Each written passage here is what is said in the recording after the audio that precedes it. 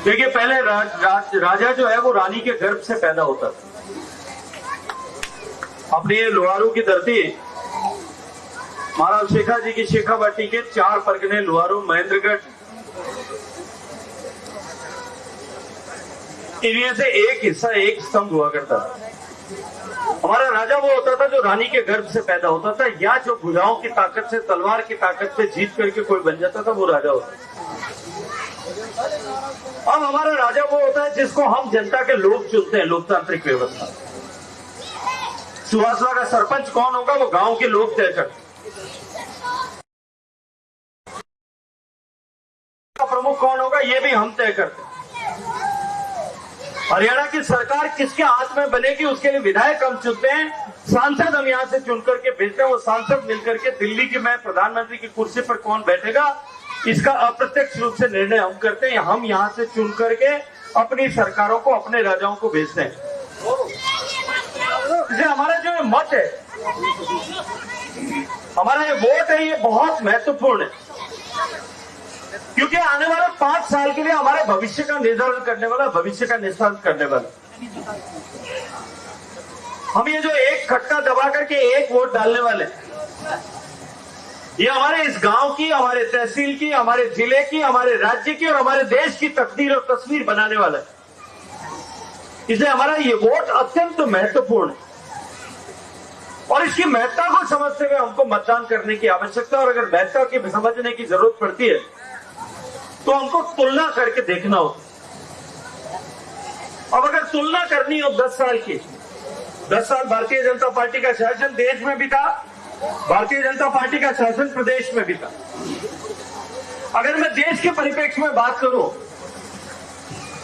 तो 10 साल मोदी जी से पहले 10 साल तक यूपीए का मनमोहन सिंह जी की सरकार थी।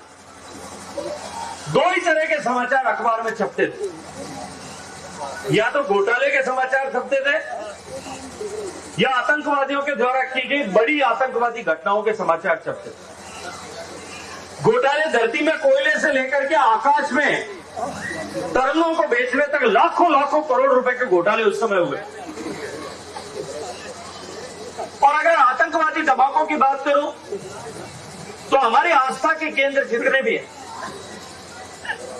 चाहे गांधीनगर में अक्षर मंदिर होगा, जम्मू में रघुनाथ मंदिर होगा, जयपुर में हनुमान मंदिर होगा, एक लंबी श्रृंखला हमारे मंदिरों पर, हमारे पूजा स्थलों पर, हमारी धार्मिक आस्था के केंद्रों पर जानबूझ करके इस तरह की आतंकवादी घटनाएं की जाती ताकि हमें धार्मिक आस्था को, मान्यता को चोट पहुंचाई जा सके। और दूसरी तरफ इस भारत की अर्थव्यवस्था जिन शहरों से संचालित होती है, चाहे वो मुंबई होगा जहां आतंकवादी हमला हुआ, दिल्ली में बम विस्फोट हुए, हैदराबाद में हुए, बेंगलोर में हुए, चेन्नई में हुए, जयपुर में हुए, जो भारत की अर्थव्यवस्था जहां से चलती है उन केंद्रों में आतंकवादियों की बड़ी घटनाएं हुई।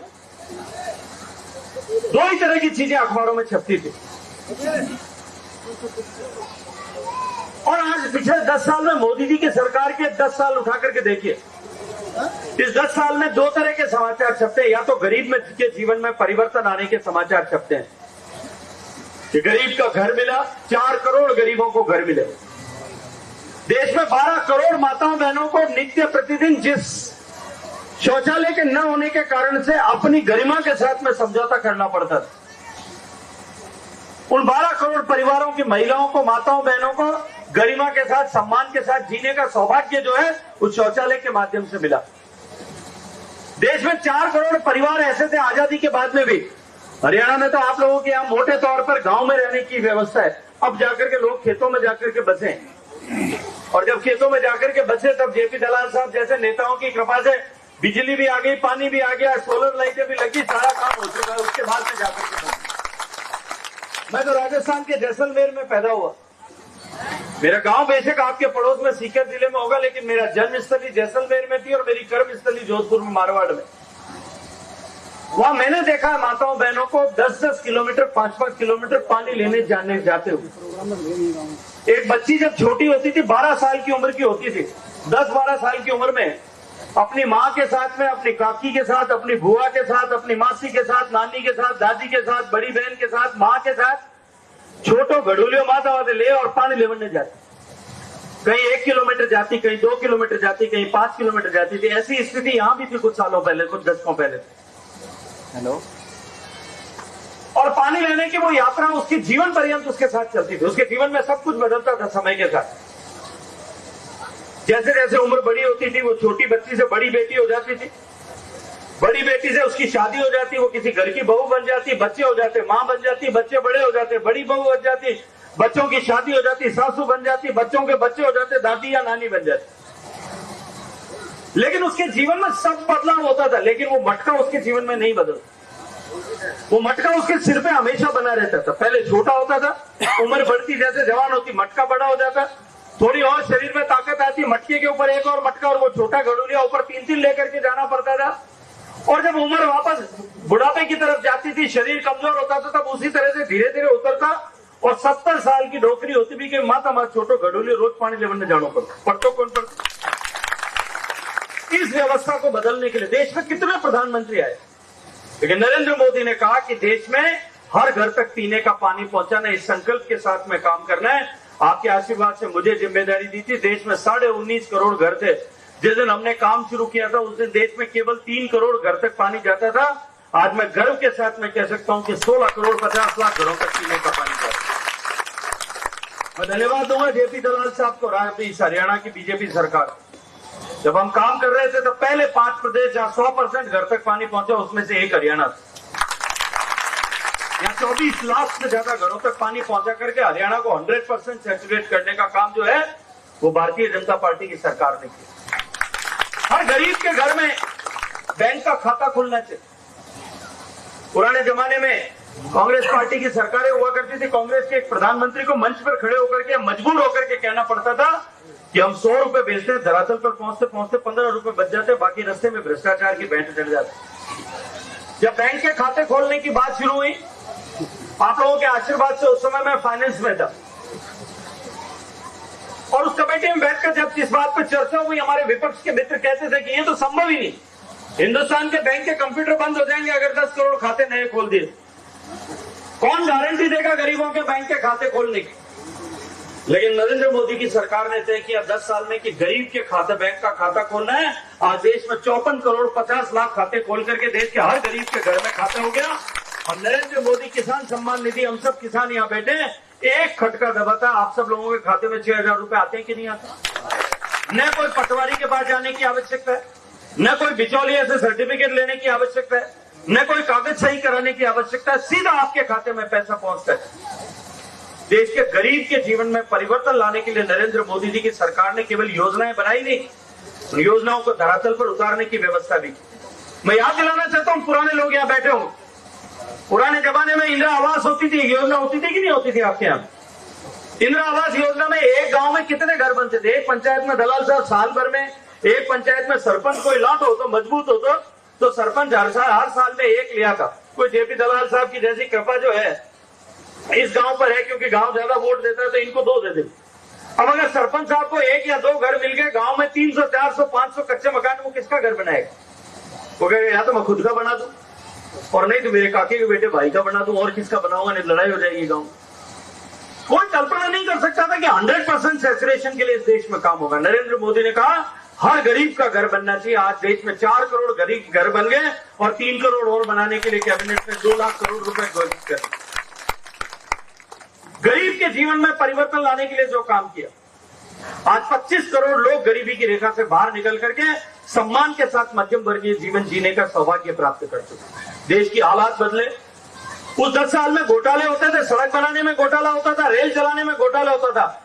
इस 10 साल में 1.5 लाख किलोमीटर सड़कें बना दी, नई रेलवे लाइन बना दी। हिंदुस्तान में आने वाले 5 साल बाद, पुराने जमाने में वो कोयले वाली रेलगाड़ी चलती थी। मैं बचपन में जब स्कूल में पढ़ता था, लुहारू से मुझे निकल करके जाना पड़ता था। मैं स्कूल में पढ़ता था, गांव से जो उधर से आकर के और दिल्ली की तरफ आने के लिए यही रास्ता हुआ करता। लुहारू में मैं आज ही याद कर रहा था, मनोहर सिंह जी को कह रहा था, दलाल साहब सिंह करो पड़तो पे, और वहां कोयला वाली रेलगाड़ी होती, काला कोयला का टुकड़ा आ जाता, कपड़ा रंग काला हो जाता स्कूल वाला, और छुप छुप करके ट्रेन जाती थी। उस खिड़की में ठंडी ठंडी हवा आती थी, लुहारू की सर्दी और पिलानी की ठंड मुझे आज तक याद है, जिंदगी भर याद रहे। बढ़ती है आज जिस तरह से इस पीढ़ी के बच्चों को, अगर मेरी दादी यहाँ बैठी है, इस पीढ़ी के बच्चों को पूछो कि ट्रेन चुक चुक करके रेलगाड़ी चलती थी, उनको कोयले के इंजन की आवाज भी पता नहीं, वो भूल गए वो डीजल का इंजन पहचानते। मैं आज आपको जिम्मेदारी से कह रहा हूं कि आज से 5 साल बाद में जो बच्चे पैदा होंगे, वो रेल का इंजन जो है भौं करके चलता था और डीजल से चलता था, ये भूल जाएंगे, उनको पता भी नहीं होगा, क्योंकि हिंदुस्तान में रेल बिजली से चलने लग गई। सारी 100% इलेक्ट्रिफिकेशन हो गया हिंदुस्तान में। आज इस देश की सरकार ने आमूलचूल परिवर्तन नरेंद्र मोदी जी के नेतृत्व में किया। एक तरफ गरीब के कल्याण के लिए काम किया, दूसरी तरफ सीमाओं को सुरक्षित काम करने के लिए काम किया। पुरानी समस्याएं जितनी देश की थी, चाहे वो राम मंदिर का संकट हो, चाहे वो 305 राम मंदिर के निर्माण का विषय हो, चाहे 370 हटाने का विषय हो, या 3 तलाक की व्यवस्था को खत्म करने का विषय हो, ये नरेंद्र मोदी जी की सरकार थी कि सारे विषयों को समाप्त, हमारी सीमाओं को सुरक्षित किया। पहले आतंकवादी घटनाएं होती थी, हरियाणा तो शूरों और वीरों की धरती है, ये हरियाणा सैनिकों की धरती है, ये हरियाणा योद्धाओं की धरती है। आज से नहीं, ऐतिहासिक काल से लेकर के जब भी इस सनातन संस्कृति पर हमला हुआ, इस हरियाणा के बेटों ने जो है हमेशा अपने शीश दान करके इस संस्कृति को बचाने का काम किया।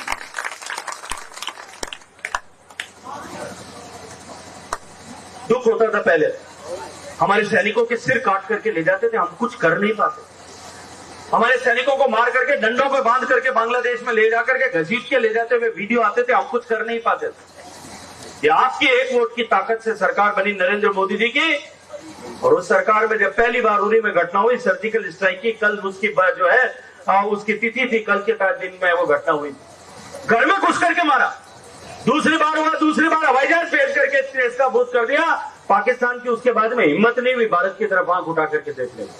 ये जो है, ये आपके एक वोट जो आपने जिम्मेदारी से वोट दिया, उसके कारण से सरकार जो बनी उसका प्रभाव ये हुआ। तो अगर 10 साल की सरकारों की तुलना करें, देखो भाई, अगर केवल तुलना ही करनी हो तो विजय सिंह जी एक काम करना पड़ेगा। अगर मोदी जी की सरकार की बात करनी हो तो एक काम करा, एक दिन हटे तलाली गांव में एक जागरण राख दी दो मां,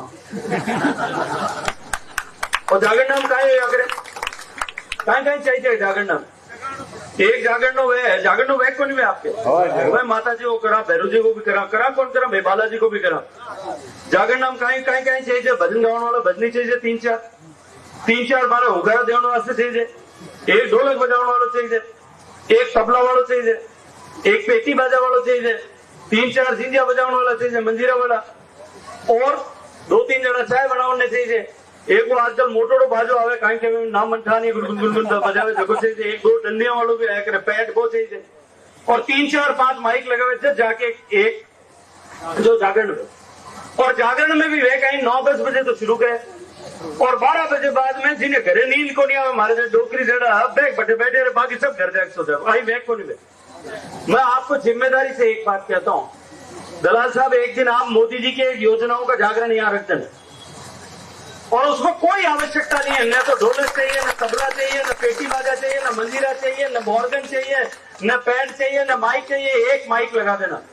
जिम्मेदारी से कह रहा हूं, रात को 9 बजे शुरू करूंगा, सुबह 6 बजे तक रात भर पूरी जो है मोदी जी के काम से जगा सकता। लेकिन चुनाव का समय इतनी लंबी बात नहीं करो। और एक बात और जिम्मेदारी से कहता हूं, बालाजी के जागरण में तो रात 5-10 मिनट जाके बूढ़ अठाढ़ जगह घरे नींद नहीं आता जाके। मोदी जी के जागरण में जो रात को वहां आ गया इस पीपल के पेड़ के नीचे, वो एक भी आदमी रात को आंख नहीं झपका सकेगा। 8 साल की उम्र से लेकर के 80 साल तक के लोग वहीं बैठे रहेंगे, रात भर जाग करके सुनेंगे। घर में भी अगर किसी के माइक की आवाज जा रही होगी तो वो भी छत पर आके बैठ के सुनसी, वो जा नहीं सकते रात का सोने, क्योंकि हमने जीवन बदलने का काम किया, लोगों के जीवन में परिवर्तन लाने के लिए काम किया। और अगर यही 5-10 साल राज्य सरकार की तुलना करके देख लो, पिछली राज्य सरकार याद करो, वो हुड्डा जी की सरकार अभी कह रहे थे एक भी नौकरी नहीं लगी थी इस गांव में, एक भी नौकरी मुझे बता दे, और 120 नौकरियां बिना पर्ची और बिना खर्ची के लगी कि नहीं लगी। हम तुलना करके देखें परिवर्तन हुआ कि नहीं हुआ। मैं तो जिस दिन आया था, पहले शुरुआत में चुनाव शुरू नहीं हुए थे, उससे पहले यहाँ जिस दिन माननीय मुख्यमंत्री जी लुहारू आए थे दलाल साहब की उस सभा में, मैं यहाँ आया था। उस दिन मैं जब वापस जा रहा था तब चौराहे पे रास्ते में रोड पे रुका, एक ढाबे पे चाय पीने के लिए। मैंने पूछा, रे भाई इस लुहारू में कुछ कामकाज हुआ कि नहीं हुआ, क्या हुआ? तो उन्होंने कहा, साहब बंसीलाल लाओ नाली, और नाली में पानी ले जेपी दलाल। ये परिवर्तन। और लोग कहते हैं, साहब हरियाणा में मैं दूसरी जगह जाता हूँ, जेपी दलाल साहब, ईमानदारी से कह रहा हूँ, लोग कहते हैं कि जेपी दलाल फाइनेंस मिनिस्टर था, सारे पैसे जो है वो ले जाकर के लुहारू में लगा दिए, बाकी हरियाणा के पीछे रहे। आज इस तरह से विकास हुआ। अगर हम 10 साल की तुलना करें, उस समय में घोटाले होते थे जमीन के, जमीनों पर कब्जा होता था, माफिया राज काम करता था, भाई भतीजावाद होता था, भर्ती और खर्ची होती थी। इस 10 साल में ईमानदारी से आपके हरियाणा में परिवर्तन होगा कि नहीं होगा? मैं तो आपको एक बात पूछता हूं, इतनी बात भी खत्म करता, मैं एक बात पूछता हूं, ईमानदारी से अपने हृदय पर हाथ रख करके शाम का समय पेड़ की छाया के नीचे बैठे हैं, इस 10 साल में आप लोगों ने हरियाणा में परिवर्तन देखा कि नहीं देखा? अगर परिवर्तन देखा है तो 10 साल की तुलना करके जिम्मेदारी के साथ में वोट देकर देने जाने की आवश्यकता। कौन हमारा है, किसके लिए हम वोट कर रहे हैं, किस विचार के लिए वोट कर रहे हैं? अभी आदरणीय भाई साहब कह रहे थे ये लड़ाई केवल चुनाव की लड़ाई नहीं है, ये लड़ाई दो विचारधाराओं के बीच की लड़ाई। एक तरफ सनातन संस्कृति, जिसके लिए मैंने कहा कि उसको बचाने के लिए आपके पूर्वजों ने अपने सिर कटा दिए, अपनी पीढ़ियां कुर्बान कर दी, और दूसरी तरफ उसको बचाने वाले लोग हैं, और दूसरी तरफ सनातन की तुलना डेंगू और कोरोना और कैंसर से करने वाले लोग हैं। अब आपको तय करना है कि आप अपने पूर्वजों के बलिदान के साथ में खड़े या उनके विरोधियों विपक्षियों के साथ में छोटी सी बात को लेकर के खड़े, ये आपको तय करना है। मैं ये जिम्मेदारी का एहसास कराने के लिए आप लोगों के बीच में आया। वोट देने जाएं, तब उस वोट की मशीन दबाने के पीछे लाइन में 10 जने खड़े हो तो भी 1 मिनट पहले वहां खड़े होकर के आंख मीच करके सोचना कि हमारे बच्चों का भविष्य कहां सुरक्षित है, हमारे देश का भविष्य कहां सुरक्षित है, हमारे भिवानी का, हमारे हरियाणा का भविष्य कौन सुरक्षित रख सकता है? भारतीय जनता पार्टी रख सकती है या इन लुटेरों की सरकार रख सकती है? कहां हमारे देश की सीमाएं सुरक्षित है? कहां हमारे देश की नारी सुरक्षित है? कहां हमारे देश का मान और सम्मान सुरक्षित है? कहां हमारे हरियाणा और बच्चों का भविष्य सुरक्षित है? मैं जिम्मेदारी से कहता हूं, अगर 10 सेकंड अगर किसी ने ये सोच लिया, वो चाहे किसी भी विचारधारा का आदमी होगा, उसका बटन कांगवा, उसकी उंगली जो है वो केवल और केवल कमल के फूल के अलावा कहीं नहीं दबता। मैं ये भरोसा आपका जो है आप लोगों से लेने के लिए आया, और मैं तो इतना निवेदन करके अपनी बात समाप्त करता हूं। अगर तोल हमको तय करना है, क्योंकि जिम्मेदारी का काम है वोट देना। वोट केवल ऐसा नहीं है कि हमने आंख मीच करके उठे और जाकर के एक वोट दे दिया तो अब की बार ठीक है यार, पहले इसको दे दिया अब किसको दे दो। अगर इस मानसिकता से हम काम करेंगे तो आने वाली पीढ़ियां हमें कभी माफ नहीं करेगी। आने वाली पीढ़ियों को उसका जो है उसका दंश भोगना पड़ेगा। और मैं जानता हूं कि इस गांव में कम से कम ऐसा नहीं होगा। मैं आज आप लोगों के बीच में अपने परिवार के सदस्य के नाते आया हूं। ये रत्नावतों का गांव, रत्नावतों का गांव है। मैं आप लोगों का भाई हूं, आप लोगों के बीच में हाथ जोड़ करके विनती करने आया हूं, समय की धार को पहचानिए, और समय की धार को पहचान करके जो लोग निर्णय करते हैं, अपनी व्यक्तिगत छोटी मोटी ऊंची नीची कहीं कोई कोर का असर रह गई हो, उससे ऊपर उठ करके समय की धार को पहचान करके जो लोग निर्णय करते हैं, उनके नाम इतिहास के पन्नों में लिखे जाते हैं, उनके नाम इतिहास में स्वर्णाक्षरों से लिखे जाते हैं। मैं आपको इतिहास के पन्नों में आपका नाम लिखा जाए, इसके लिए आप लोगों को स्मरण कराने के लिए, याद कराने के लिए आपके परिवार के सदस्य के नाते आया हूं। आप सब लोगों का बहुत सारा धन्यवाद करता हूं। अमन जी एक बात बता दो, घरों में इतनी देर बात करने, अगर आप लोगों के मन में गाड़ी पक्की है जची हुई, जिस जिसके जची हुई, आधी जची हुई वो एक हाथ खड़ा करना, जिसके पक्की गाड़ी जची हुई है कि भाई अब की बार जेपी दलाल को एक बार फिर इस गांव में एक भी वोट बाहर नहीं जाने देंगे, वो दोनों हाथ खड़े करो, मुट्ठी बंद करो और जोर से बोलो भारत